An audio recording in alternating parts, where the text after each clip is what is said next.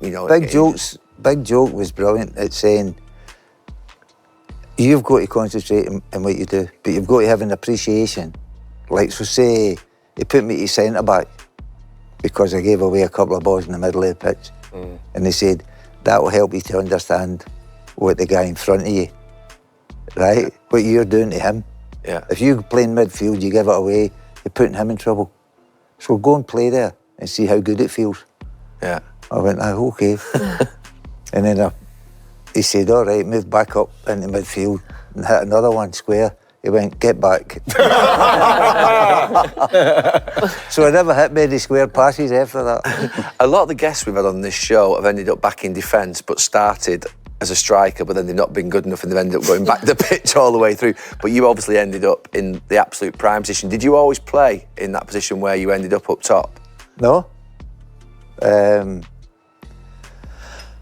I was starting further up, but when we went to school and with the school team, they put somebody at the back. I was at the back, but you weren't a defender. Yeah. Somebody else get hauled back to defend.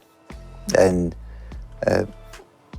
like Celtic, Big Joke would move you around the reserve team to give you an understanding, as I said, about what's happening with the people in the position that you normally play. So you play in it, and it's an education for you as well, if you pick it up. And for me, that's the best thing you could get, a great education. Would you say Jock was the biggest influence on you? No, I'd say my dad was. Your dad was? Aye. He took the time and effort to take you out, and we weren't a rich family. You get a pair of boots. There used to be Adidas and Puma. We couldn't afford them. So the cooperative used to have boots, and it was called the St Crispin Wing. Like, Puma goes that way, doesn't it? Yeah. Well, St Crispin Wing. And that's from the Co-op, was it? That's for the Co-op. And then there was another one, Timson's. Yeah, and Timson's. Adidas with the 3 stripes. Yeah. Timson's had 4. And it was Bobby Charlton's signature on it. And we got a pair of them. What was the first major boots that you got? Puma. What was it, Puma King or? I don't know. We went Dalglish Silver, was it? Yeah. Remember them? All right. we went down to West Ham when we were 15, and we trained during the week. And they came up and they said, look, we want to send the scout up to your mum's house and we want to sign you. I says, all right. He says, but he said, there's a pair of boots in there. Go and have a word with the kit man. He'll give you a pair of boots. And that was the first time I had a pair of Puma boots. Wow. Every night I was like that. Oh, How old were you then? How old were you there? 15, 16. Wow. Was it true, Kenny? I think I've seen on maybe a documentary or something before that you actually did go to Liverpool. When You were 15 or 16, yeah, on a trial, yeah. They put us up in the YMCA. He said it would be fun. Yeah. And was Fun it? to stay there. No, they put us up. Myself and 2 or 3 other boys came down, and they used to get adverts in the Echo, like Liverpool trials, right, such and such a night. Wow. I never answered them, but they asked us down and went down to play, and then they said that Shanks gave us a lift back to the hotel that night and said they want to sign you. I thought it's a wee bit far, isn't it? Yeah. So the guy came up to the house, but I couldn't. Mm-hmm. So, but for me, Liverpool, West Ham were very similar.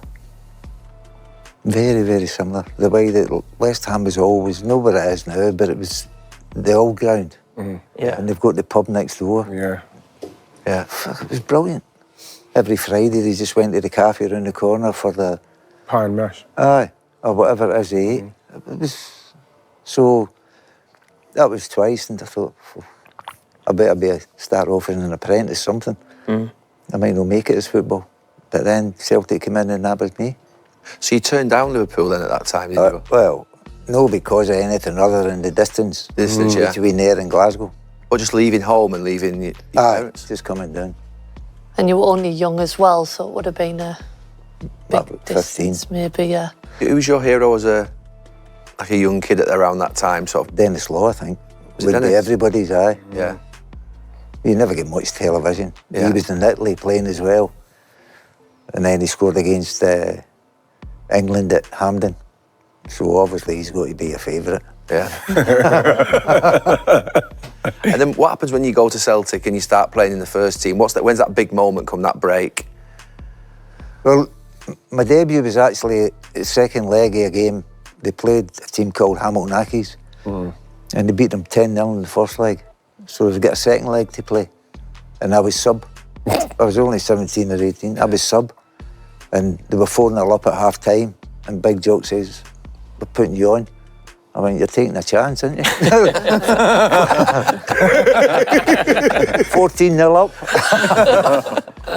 And that was it.